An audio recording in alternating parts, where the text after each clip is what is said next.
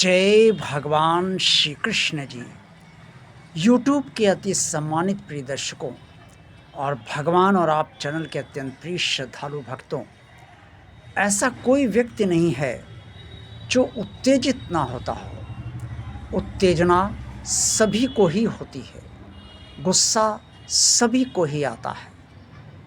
कुछ लोगों को गुस्सा बहुत ज़्यादा आता है, कुछ लोगों को गुस्सा कम आता है और कुछ लोगों को बहुत देर में गुस्सा आता है। लेकिन फिर भी हर व्यक्ति को गुस्सा अवश्य आता है।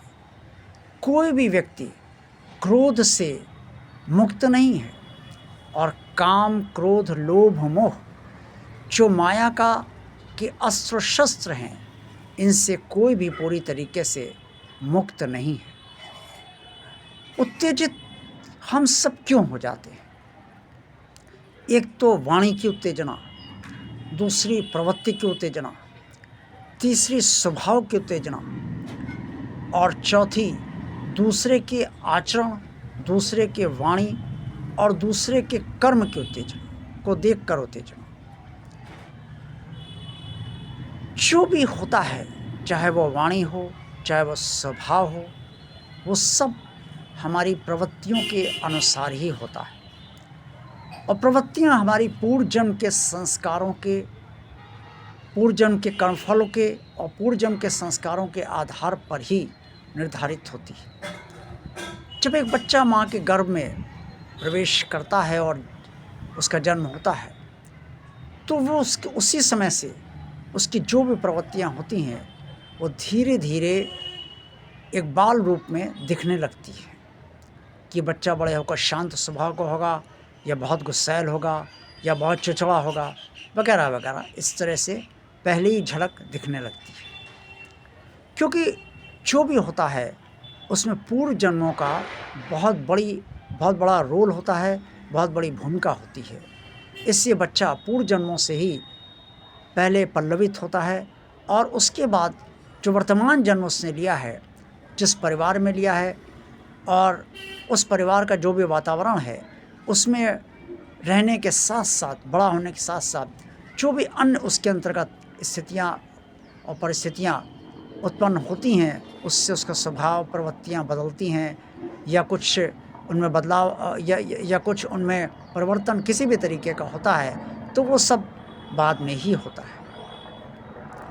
अब उत्तेजना का एक प्रमुख कारण जो होता है, वो हमारी वाणी का होता है। जब हम उत्तेजित होते हैं तो तेज वाणी अवश्य बोलते हैं। कभी कभी वाणी हमारी बहुत क्रूर भी होती है और शब्द बहुत तीखे होते हैं, जो सुनने में लोगों को बहुत परेशान कर देते हैं और उन्हें बुरा भी लग जाता है। कभी कभी उत्तेजना इसलिए भी होती है कि सामने वाला बहुत गलत वाणी बोलता है और वो आचरण भी इस तरीके का करता है, ऐसे कर्म भी करता है, जिसको देखकर भी उत्तेजना होती है और गुस्सा आता है।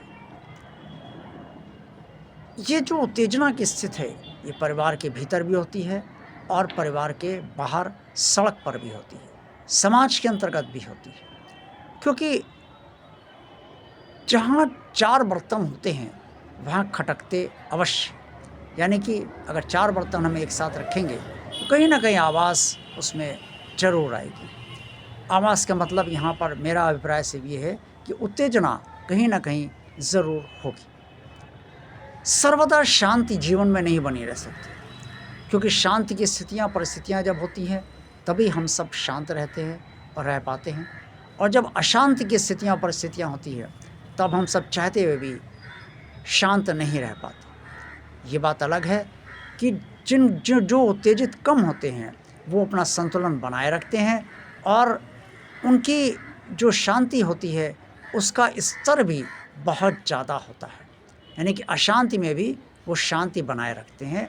और बिल्कुल जब अशांति, उनकी सहन शक्ति जो काफ़ी सहन शक्ति होती है, उसके अंतर्गत बर्दाश्त नहीं, उनसे नहीं होती है, तभी वो अशांत होते हैं। लेकिन कई लोग अशांति उत्पन्न होते ही स्वयं भी अशांत हो जाते हैं और ज़बरदस्त तौर पे अशांत हो जाते हैं। ये काफ़ी तौर पे उत्तेजित स्वभाव के होते हैं, तमोगुणी स्वभाव के होते हैं। जो तमोगुणी स्वभाव का होगा, वो बात बात में खींचता है और बात बात में जो है वो उत्तेजना दिखाता है, गुस्सा भी दिखाता है और उसका गुस्सा प्रबल सीमा पर होता है। जो रजोगुणी व्यक्ति होगा उसका गुस्सा पूरी तरीके से लगाव को लेकर होता है, क्योंकि उसको हर चीज़ से लगाव है। उसको धन से लगाव है, उसको घर गृहस्थी से लगाव है, उसको रिश्तों से लगाव है, जिसको वो अपना मानता है। ज़रूरी नहीं वो सबको अपना माने, लेकिन जिसको अपना मानता है उसको उससे लगाव है। और इसके साथ साथ उसको जो भौतिक साजो सामान है उससे भी उसको लगाव है।